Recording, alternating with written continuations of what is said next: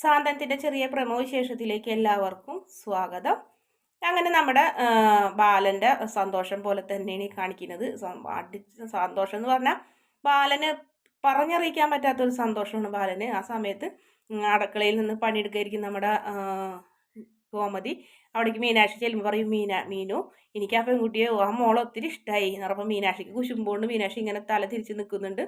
അച്ഛനും അമ്മയും ഇങ്ങനെ ഓവറായിട്ട് ഇങ്ങനെ പറഞ്ഞപ്പം മീനാക്ഷിക്ക് ചെറിയൊരു കുശുമ്പൊക്കെ വന്നു തുടങ്ങി.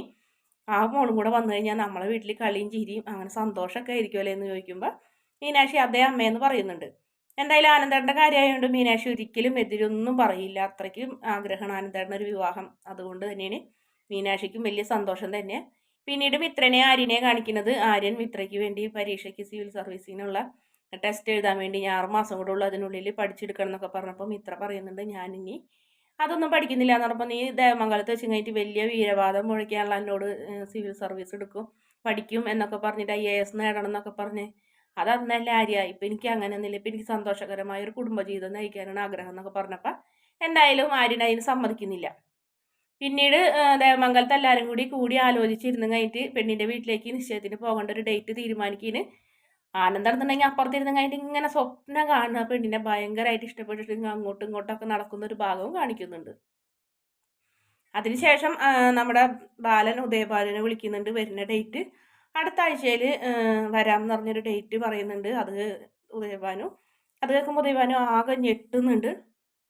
അതിനുശേഷം പിന്നെ ഭാര്യരയിൽ കൊടുക്കും, ശ്രീകലയിൽ കൊടുക്കുമ്പോൾ ശ്രീകല ഇങ്ങനെ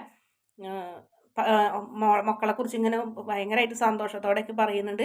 എൻ്റെ മക്കളെ ചില പെൺകുട്ടികളൊക്കെ അച്ഛനമ്മമാരെ അനുഗ്രഹമൊന്നും ഇല്ലാണ്ട് ഒളിച്ചോടിപ്പോയി കല്യാണമൊക്കെ കഴിക്കും.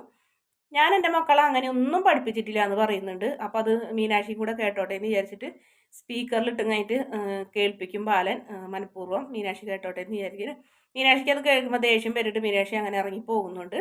അങ്ങനെ ശരിക്കും പറഞ്ഞാൽ അവിടെ ഒരു പാര പണിതിട്ടാണ് ശ്രീകല വെക്കുന്നത്. ദേവമംഗലത്ത് ഒരു മരുമക്കൾ തമ്മിൽ അങ്ങോട്ടും ഇങ്ങോട്ടും ഒരു ഇഷ്ടക്കുറവാകാനുള്ള എല്ലാ കാര്യങ്ങളും ശ്രീകല അവിടെ ഇരുന്നുകൊണ്ട് തന്നെ ചെയ്യും.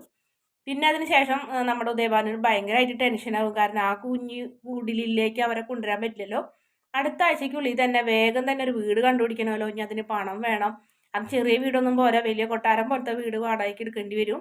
അങ്ങനെയൊക്കെ ആലോചിച്ച് ഇങ്ങനെ ഭാര്യ ഭർത്താവും കൂടെ ഇങ്ങനെ തല പുകഞ്ഞ് ദേഷ്യത്തോടെ എന്ത് ചെയ്യണം എന്ന് ആലോചിച്ച് ഇങ്ങനെ തല ഇങ്ങനെ മാന്തിക്കൊണ്ടിരിക്കുന്നുണ്ട് ഉദയഭാനു.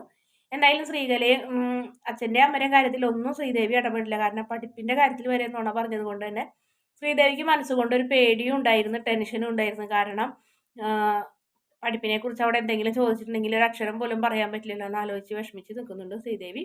വീഡിയോ ഇഷ്ടപ്പെടുകയാണെങ്കിൽ ചാനലൊന്ന് സബ്സ്ക്രൈബ് ചെയ്ത് സപ്പോർട്ട് ചെയ്യണേ.